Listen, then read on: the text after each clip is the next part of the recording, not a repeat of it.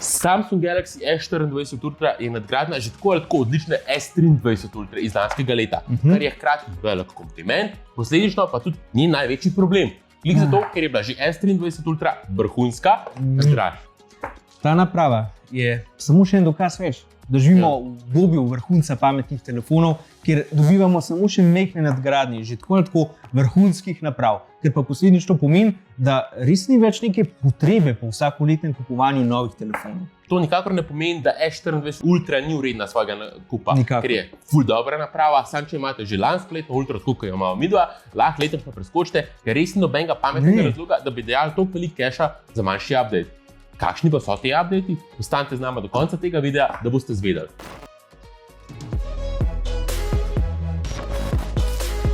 Preden začnemo, pa sam še ena velika zahvala Samsungu Slovenija in njihovi agenciji Millennium Promocija, da so nama posodili to napravo.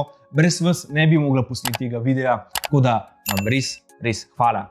Ampak, kot zmeri rečeva, naprave so res da sposojene, ampak njenje je pa še zmer čist najno. Najprej dizajn.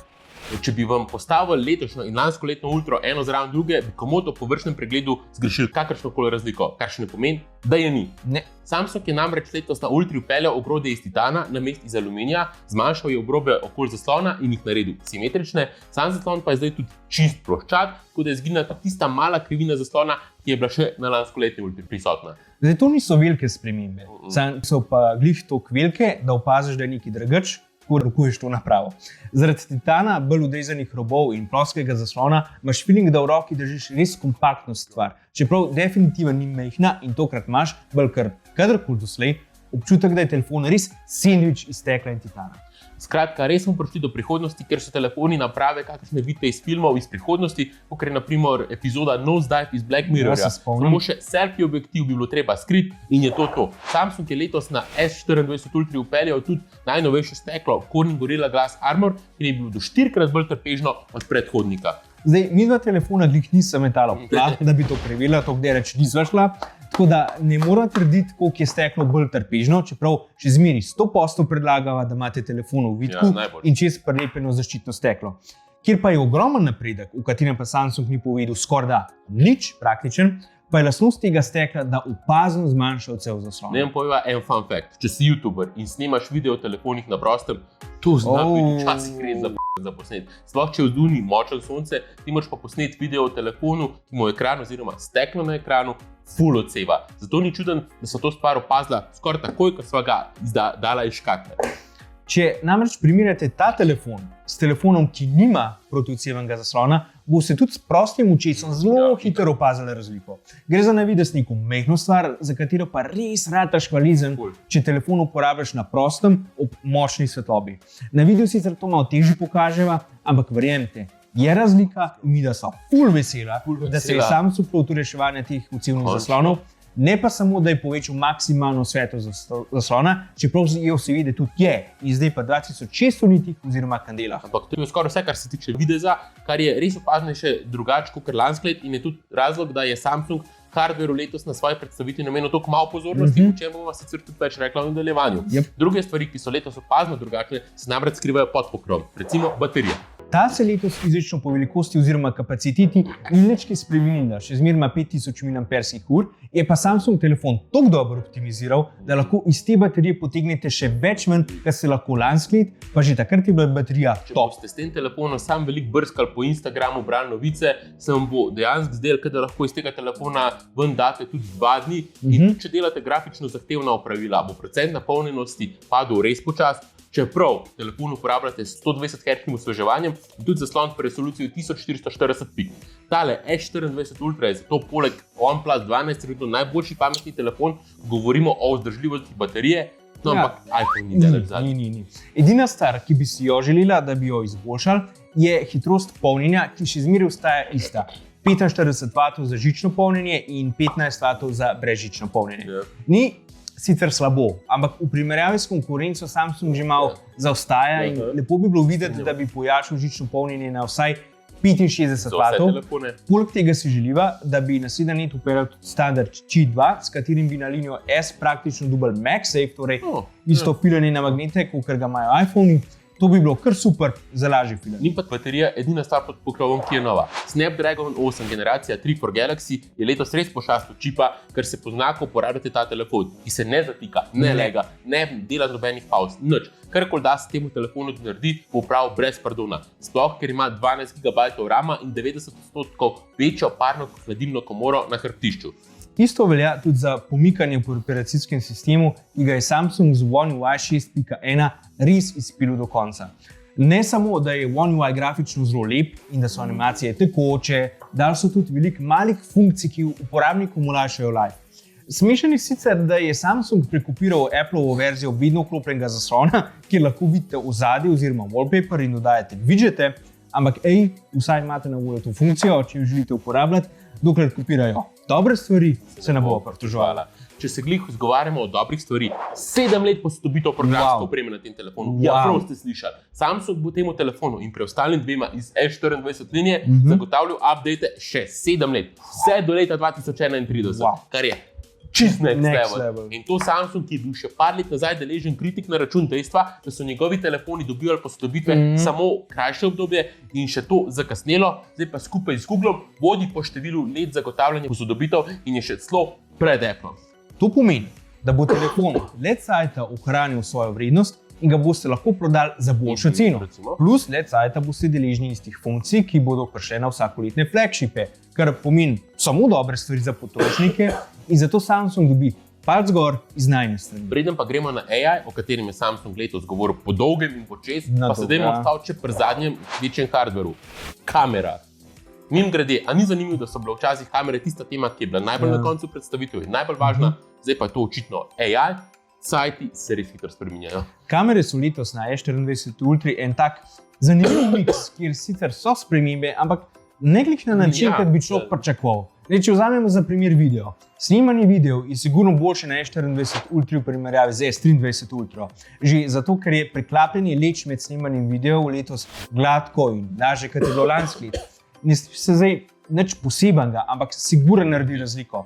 Sam po drugi strani pa nočnem videu spet ni take razlike in hitro pade kvaliteta zaradi manj svetlobe, pa vidi se, da je na videu precej šuma. Fotografije so top, da ne govoriva o portretnem načinu, ker se nam zdi, da je Samsung čezmeri krat. Poleg tega je Samsung letos upeljal še funkcijo Super HDR za boljši dinamičen razpon na slikah. Poleg tega lahko Super HDR uploadate fotografije tudi na Instagram, zahvaljujoč sodelovanju med tem podjetjem in Samsungom.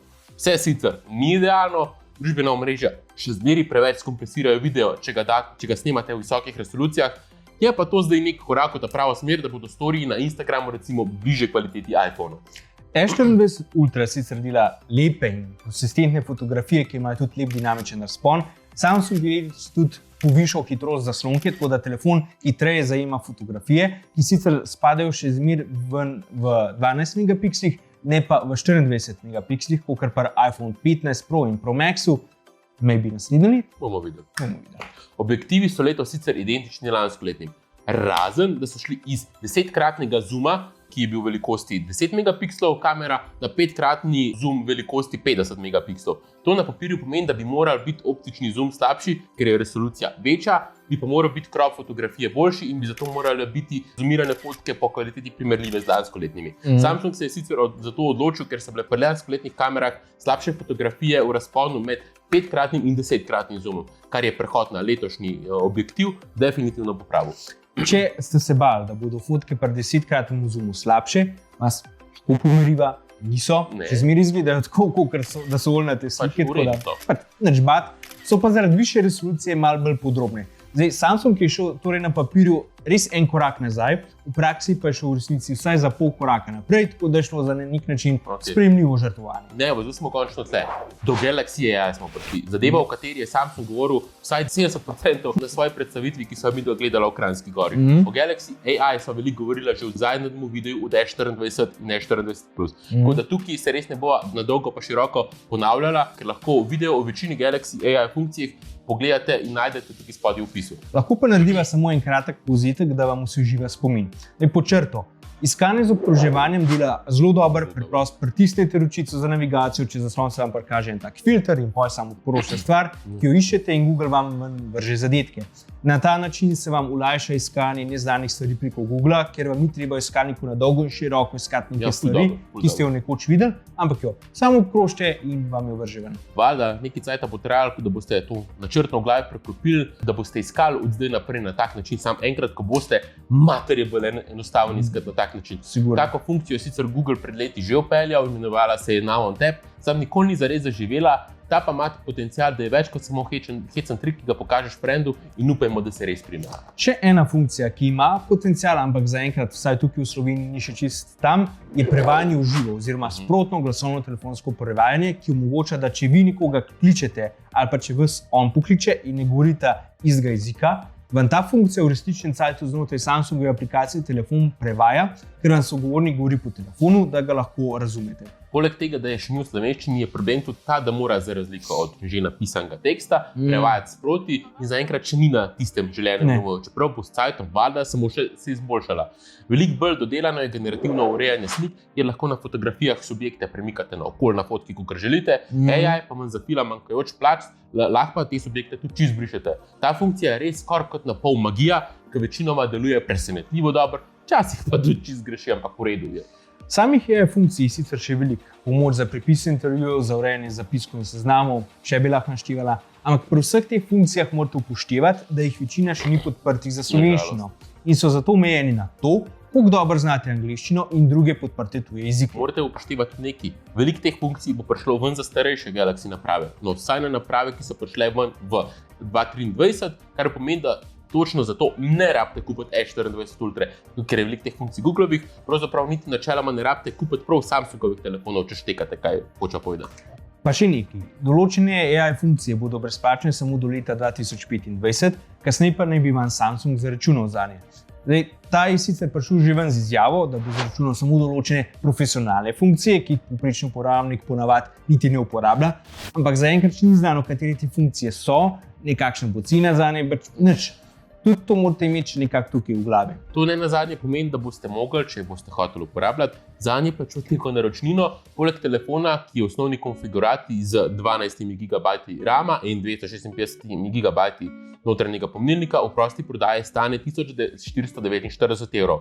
Gre pa lahko vse celo do 1809 €, če želite imeti 1 TB spomina in 12 GB RAM-a.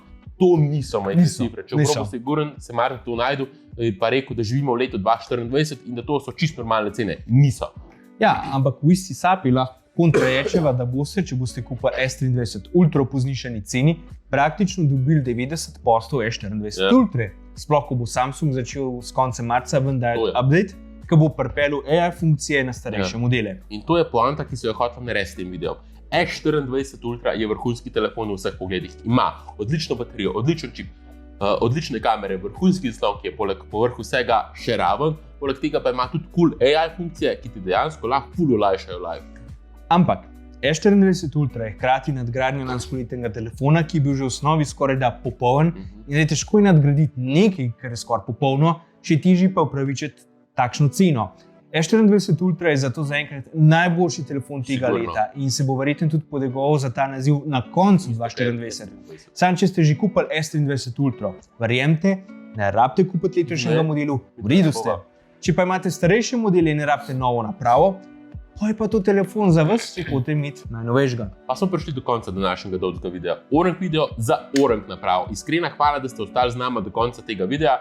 Hvala pa tudi še enkrat Samsungu Slovenija in Millennium Promocija, da so nama zrihtali to napravo, brez vas ta video ne bi bil mogoče. Če imate še kakšno vprašanje v zvezi z S24 Ultra, nam ga zastavite spodaj v komentarjih. Mi pa se že kmalu vidimo v naslednjem videu. Čau!